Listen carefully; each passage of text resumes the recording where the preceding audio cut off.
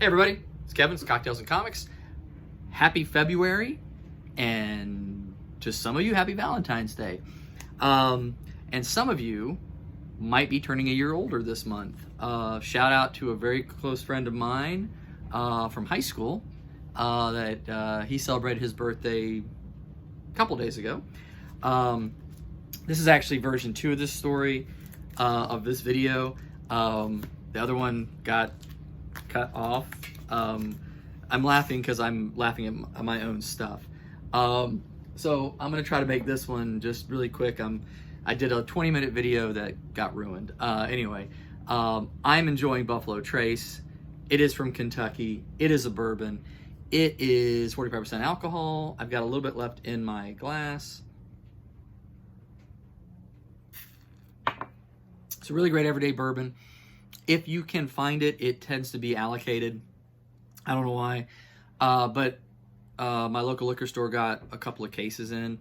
I should have bought more than 2 bottles, but I didn't because I went back a few days later, sold out.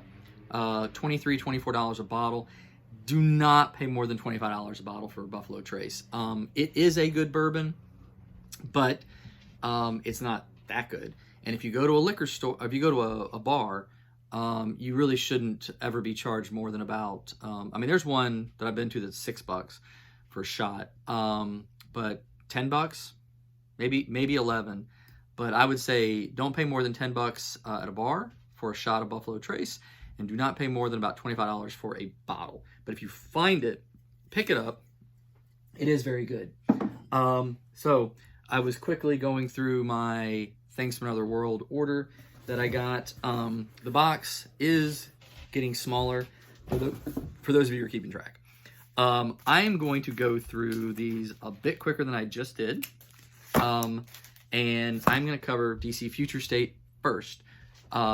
Mixed bag on DC Future State. I don't know how I feel about it, but some of you I've talked to have really enjoyed it. Some of you have, it seems like not a redundant story, but just because, DC has said they're going to go back to the regular time frame, the storyline, but they will eventually get to some of this Future State stuff. So DC Future State. This is Superman versus Imperious Lex. Number 1, this is the cover B. Again, most of you know that most of the stuff I pick up are variant covers through my online comic book service, Things from Another World, which is based out on the West Coast. So I do get my comics a week or 2 weeks after New Comic Book Day. But any day I get a new comic book, it's New Comic Book Day to me. This is 2 covers of the same comic book. This is Future State, The Next Batman. This is number 2, actually. And it actually has maybe the first full face picture of this is Lucius Fox's son or grandson who has become the next Batman. So this is, I think, a Francis Mattina cover. I don't know, can't remember the artist here, but it's a cool cover. But the problem I had with this was the $8.99 cover price. So it makes DC Future State hard to collect long term. Fortunately, most of these books are 2 or 3 issues. Some of them were like 4 issues. Future State Superman Rules of War. This is the cover B. Of course, super cool cover, and all the covers were cool. But I always just tend to get the cover Bs or whatever the variant covers are. That if I can get them available through my online comic store, I'll get them, because most of the time when I go out to a comic store, they don't pick up the cover B, or if they pick it up, it's 1 copy and it's gone before I get there. Sometimes the cover A's are gone too. This is Superman Batman. This is the cover B, Art Adams. I really enjoy Art Adams. He used to do so much. I think he used to do X-Men, and he used to do a bunch of independent stuff.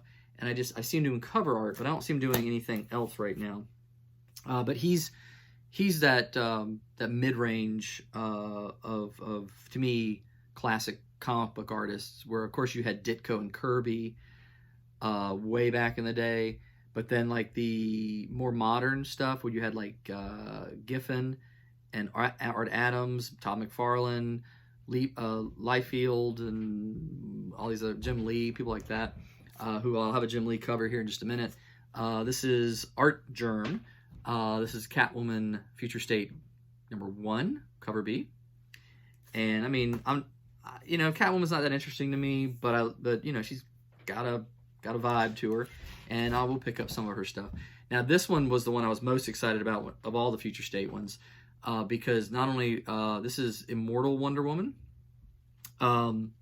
which I think they could have maybe chosen a different title since Immortal Hulk is so popular at Marvel. I would have maybe called it Wonder Woman Forever, or I don't know, something. But you can see where she's older. She's got a little white in her hair here. But this is a really nice Peach Momoko cover. And what's really cool is that Jen Bartel, who is a really great cover artist, she does the interior art. And it's really nice. So of all the Future State issues, that's the one I like the most. Some of these other ones are just regular DC. You got Deceased Dead Planet. This is issue 7 of 7. I don't get why there was a 7-issue series, but this is another Matina cover, and it is the zombie or dead Mr. Miracle. Yep. Then we talked about Jim Lee earlier. This is a Jim Lee cover for Batman Catwoman. This is #2. It's probably my last issue of that series. It's the DC Black Label. It's not bad, but I'm just not really that invested in some of these DC comics right now. My heart really has gone to the independent stuff, which I'll get to in just a minute. Rorschach, #4 of like maybe a 10-issue series, which will also be my last. It's one of those things where I think this series will be better reading it as a whole, kind of like Watchmen. Watchmen individual issues were very good, or even if you were watching the HBO series, but so many things tied together at the end that if you're watching it, together or reading it together, it makes more sense. But if I'm, 6 months from now reading issue 10, I might be like, let me go back and have to reread issues 1, 2, and 3, and 4, whatever. But this is a cover B, cool cover, and I like the story. I like the world that is in. I got a couple of Star Wars comics. This is actually the hot one right now, Star Wars: The High Republic, issue 1, second printing. The first printing is going for quite a bit. I'm not sure if I'll get rid of it, but I did have a cover B or cover C that I did just sell for probably about $30. But this second printing already, I think, is going for $15-20 on eBay. And this is actually the second copy of this I picked up. I actually picked one of these up last week in my LCS. And then a really cool thing I think is when, so this is Bounty Hunter #9.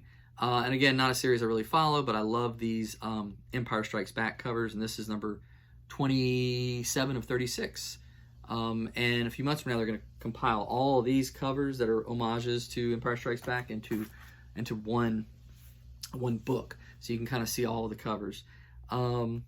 So let's see, which way am I going here? All right, so we're into some independent comics now. I like weird independent sci-fi or horror comics. This is Black of Heart, and these covers have just been really super creepy. It has to do with a killer in New York City. I want to say the time frame was the 80s, but I'll have to.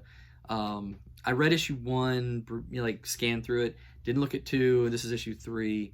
But again, I think this is also, I like these, these when they're 3 issues, it's 3 of 5, because I think that the story is very compressed, and if you want to have a second series with the same characters moving on, but it makes it easy to kind of collect all the issues together, have a nice sit down read. It's cool. Those of you who are fans of the heavy metal comic book and movie, this is Tarna #2, The Last Tarkanian. It's a little limited series. This is issue B. I love the covers, and I love that character. I don't know if she ever had a comic series around. Scout Comics is actually a really great comic company. They had a series that was hot for a minute. It Eats What Feeds It. And it's kind of fallen off the map. I mean, issues 1, 2, and 3 came out. All really kind of quick reads and creepy. But they tend to have Scout Comics tends to have some really interesting stuff. But they have now created a different brand called Scoot, which is for young adults, all ages, I guess you could say. And I don't know much about this comic, but I perceive it to be like a young Indiana Jones or maybe a Goonies kind of thing. So it's kind of fun. And, you know, some of these comics I do put aside for my kids. They're young, but, you know, maybe they'll want to take a look at them down the road. I don't really buy a lot of incentive comics. And those are the ones that you pay a little bit more money for. But these were available on Thanks for Another World. So these are both Red Sonja, which I don't collect. I do collect some Vampirella because of the sexy covers. But these were incentives, so this is a 1 in 10. These are both 1 in 10s, I believe. And so that basically means that for every 10 comics that they sell, they get one of these to sell to a customer. So, but it was the same price as the regular issue, which this is actually more of like a pencil sketch. And this is just the Virgin variant without the logo on it. But, you know, I just thought they were cool, and I thought I'd pick them up just for collecting purposes. Here's a cool series. I did breeze through this first issue. This is Abbott, 1973. This is actually a second series. Abbott, the first one was just called Abbott, and it took place in 1972. This is a continuation. This takes place in, I believe, San Francisco. And Abbott, she is a African-American psychic detective. It's kind of an interesting read. I've never read the first series, so I'm kind of interested maybe to go back. But this is the cover B. I just kind of liked the kind of cool vibe of the cover. Another new series from Source Point Press, which is a very small printing company that I think I got one other one in here from them, actually. Black of Heart was actually for them. But this is a cover B. I just really liked the black and white of it, but the Eighth Immortal. And, you know, this is more of a fantasy or maybe, I guess you could even say, a cult kind of book.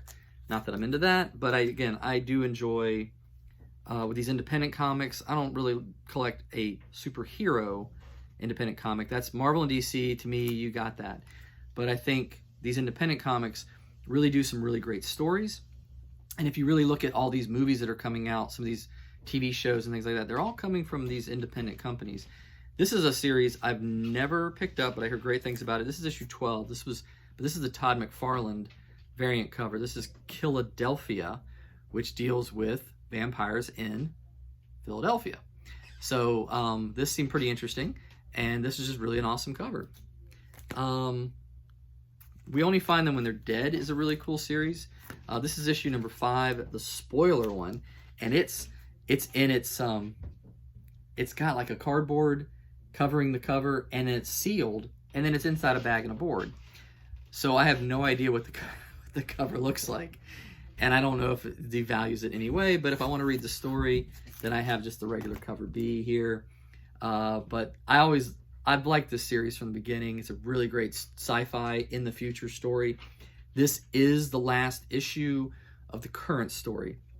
When I heard, though, issue 6 is going to pick up with 30 years in the future. So that should be pretty cool.